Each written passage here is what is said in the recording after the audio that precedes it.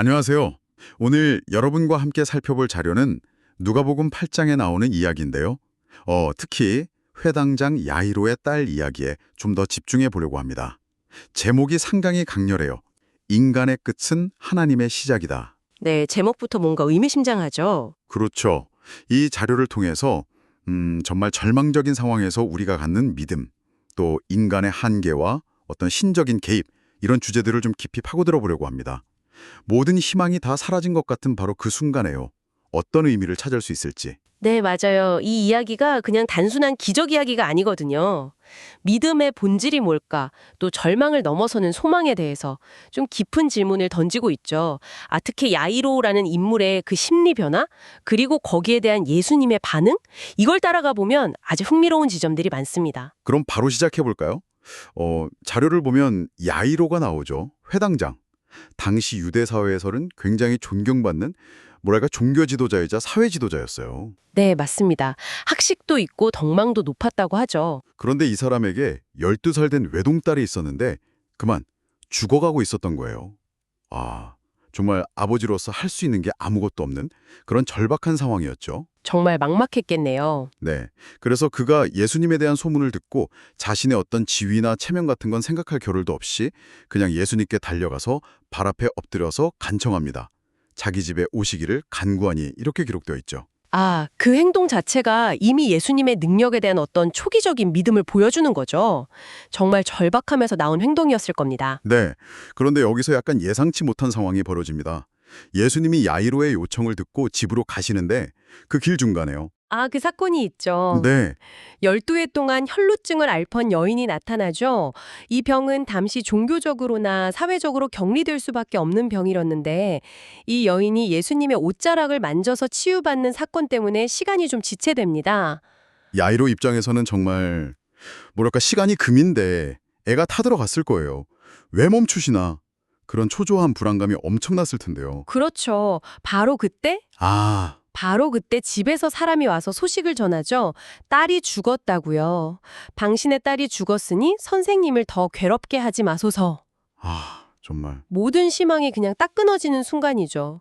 자료에서는 이 지점에서 그의 믿음이 말하자면 죽음 앞에서 멈춘 것 같았다 이렇게 표현해요. 정말 인간적으로는 끝이라고 생각할 수밖에 없는 상황인데 근데 바로 이 절망적인 순간에 예수님의 반응이 정말 놀랍습니다. 딸이 죽었다는 그 소식을 들으시고 야이로에게 딱 말씀하시죠. 네, 뭐라고 하시죠? 두려워하지 말고 믿기만 하라. 그리하면 딸이 구원을 얻으리라. 와, 이건 정말 인간의 이성이나 상식을 완전히 뛰어넘는 그런 요구잖아요. 그렇죠. 죽었는데 믿으라니. 네. 그리고 이제 집에 도착하니까 이미 사람들이 막 울고불고 난리가 났어요. 예수님이 그들을 보시고 울지 말라. 죽은 것이 아니라 잔다. 이렇게 말씀하시거든요. 그러니까 사람들이 비웃었다고 하죠. 아이가 죽은 걸 아니까. 그렇죠. 비웃음을 받으시죠. 하지만 예수님은 개의치 않으시고 아이의 손을 딱 잡고 외치십니다. 아이야, 일어나라. 그러자 아이가 정말 살아나죠. 네. 이건 뭐 단순한 치유가 아니라 그야말로 죽음을 이기는 생명의 능력을 보여주신 거죠. 네, 그래서 이 사건 전체를 꿰뚫는 핵심 메시지는 결국 이 자료의 제목 같아요. 인간의 끝은 하나님의 시작이다. 그렇군요. 네.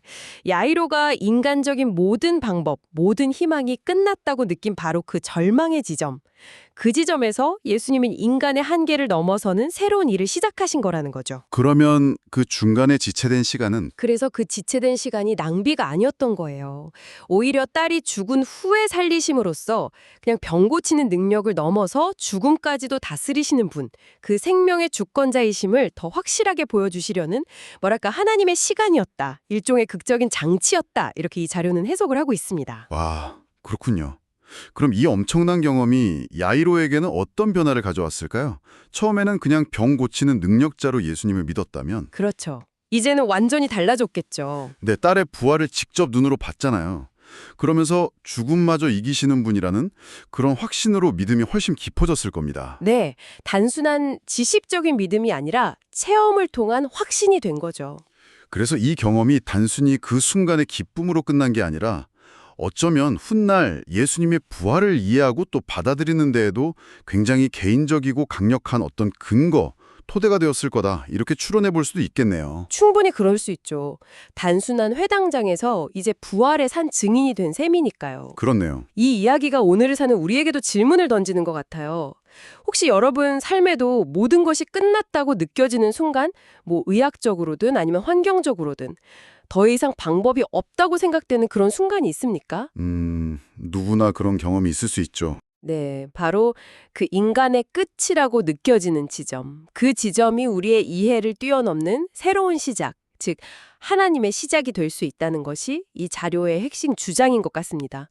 중요한 것은 그 순간에 두려워하지 말고 믿기만 하라라는 그 요청에 우리가 어떻게 반응하느냐, 이게 아닐까 싶어요. 오늘 저희가 누가복음 8장을 통해서 인간의 끝은 하나님의 시작이라는 메시지를 함께 살펴봤는데요. 정말 인간적인 희망이 다 사라진 그 절망 속에서도 믿음을 통해서 완전히 다른 차원의 시작을 경험할 수 있다는 그 통찰이 참 인상 깊었습니다. 네, 맞아요.